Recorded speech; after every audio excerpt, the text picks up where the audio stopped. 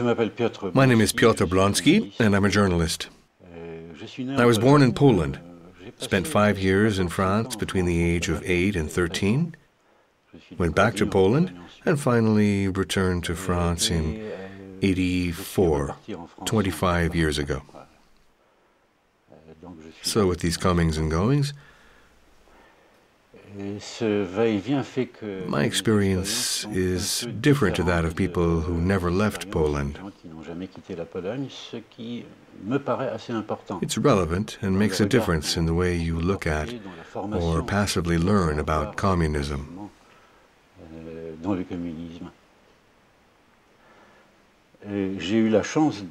Fortunately, I lived there during periods of moderate communism. Not to mention the war crimes carried out by both the Nazis and Soviets even after the war. I escaped hardline Stalinism by a few years, and so avoided the risk of going to prison for something you said, or because the local police officer or the secret police didn't like the look of your face.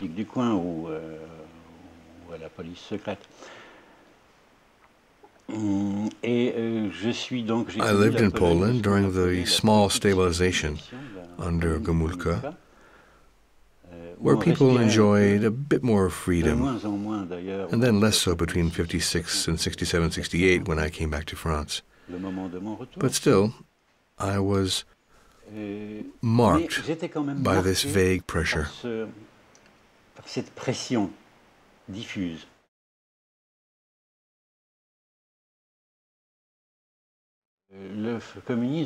Communism works perfectly in closed societies in which you can't imagine anything other than what is in place. Because, if nothing else, communism is conservative.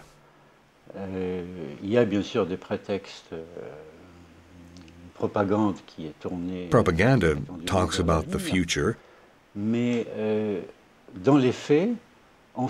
but in reality, the situation is frozen and doesn't enable people to think of anything else other than what's there.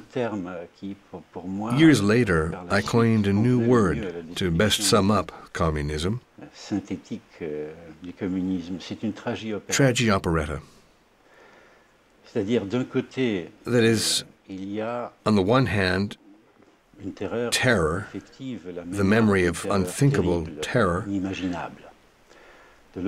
and on the other hand, the stupidity of the ideology, behaviors,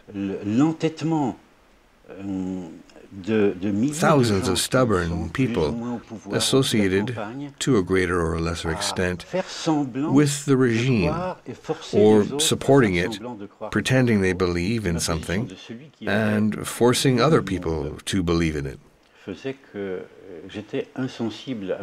But since I had seen something of the world, I was immune to the propaganda and certain ideas. I sometimes felt I only had to stare at someone talking to me about Polish-Soviet friendship to make him shut his mouth. And because people knew I had lived abroad, even without having a clear idea of what it meant, and because I came from a well-off background, I was never asked to collaborate.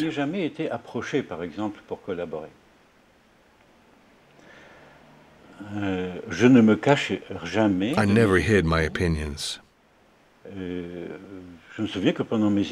When I was a student, during an exam on Marxism-Leninism, I refused to answer the questions. I said, I'm not interested. I don't believe in it whatsoever. So the professor chose to talk about Christian theology instead and gave me an A. You have to remember, and it was my impression, that in Poland, everybody was pretending. Some would pretend in a criminal way, Others would make arrangements. It was like being at the theater. There were actors, but also a participating audience.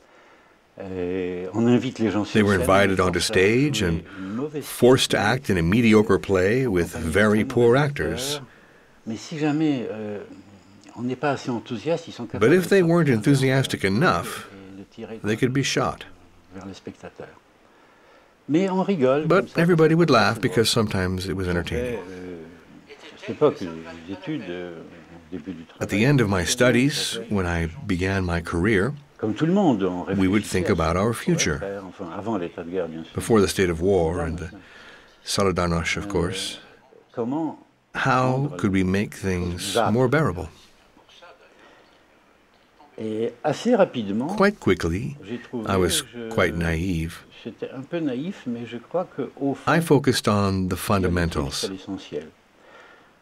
I think that around 1975-76, I was deeply convinced that the system could not be reformed. Top to bottom, it was all wrong. In politics, of course, but in economics as well. Even though I wasn't an expert, I was interested in economics.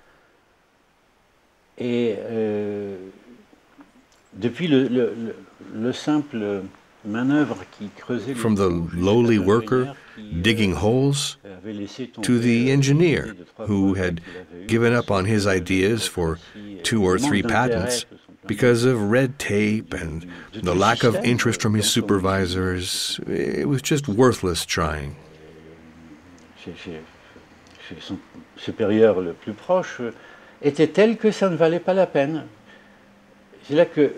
I linked politics and economics in socialism and found that it remained a deeply conservative system.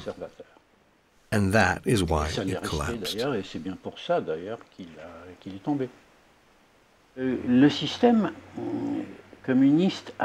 The communist system could hide real poverty with administrative methods and propaganda.